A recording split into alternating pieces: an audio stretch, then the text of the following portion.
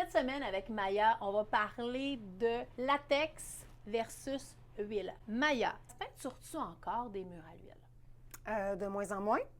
Par contre, dans le fond, quand on est dans des maisons qui sont un petit peu plus âgées, c'est pas si simple que ça, là. Ça veut pas dire que c'est vraiment du latex qu'il y a eu, de la peinture à l'huile, parce que ça fait à peu près une dizaine d'années que ça n'existe plus vraiment de la peinture à l'huile pour des murs standards. Fait que, avant toute chose, si on ne sait pas ce qu'il y a eu sur les murs, il faudrait qu'on fasse une espèce de test pour savoir si on a de la peinture à l'huile ou de la peinture à l'eau latex sur notre surface pour pouvoir repeinturer. Parce qu'on sait que de la peinture à l'huile, on ne peut pas remettre un latex directement par-dessus. Ça l'adhère pas. Ça l'adhère vraiment pas. Ça va peler là, quasiment instantanément là, dès que la peinture va être sec. Fait que le test est simple à faire. On se trouve du dissolvant vernis à ongles, on se trouve de l'alcool de bois, de l'alcool à friction. On en met sur un tampon démaquillant, on en met sur notre superficie. S'il y a une réaction quelconque, que ce soit, il y a un gros transfert de couleur, que ce soit la peinture, elle devient... laiteuse un peu? Ben, un peu plastique, là, caoutchouteuse, c'est ça que je voulais dire, caoutchouteuse. On peut marquer facilement avec notre ongle. Dès qu'il y a une réaction, c'est une peinture à l'eau.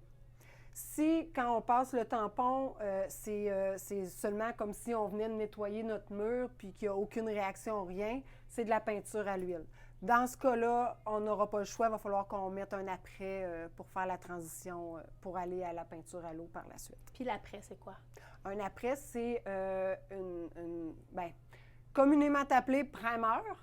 Une couche de fond. Une couche de fond, exactement. Okay. À l'eau, à l'huile? Plus ça va, plus il y a des apprêts qui sont à l'eau qui vont adhérer sur la peinture à l'huile.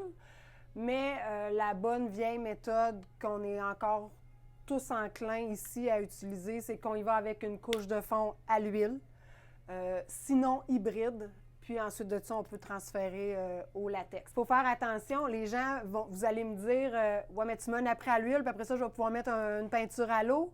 Oui, l'après n'a pas d'incidence sur ce qu'on va mettre par-dessus. L'après a une incidence sur l'adhérence sur notre superficie. Mais quand tu parles d'après à l'eau, hybride, huile, c'est quand même pas n'importe quel après. Je peux pas arriver dans un magasin, prendre n'importe quel après puis m'en servir. Il y a quand même des sortes d'après qui fonctionnent et d'autres qui fonctionnent moins.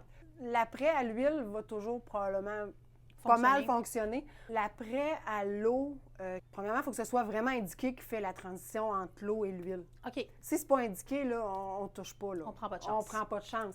Et il faut pas que ce soit un... Parce que là, dans les après, c'est un petit peu plus compliqué dans le sens que tu as des après scelleurs. Ça, c'est quand on est sur du gyps neuf. Il faut qu'on scelle la superficie pour pas que ça boive. Et tu as des après sous-couches. OK. C'est différent.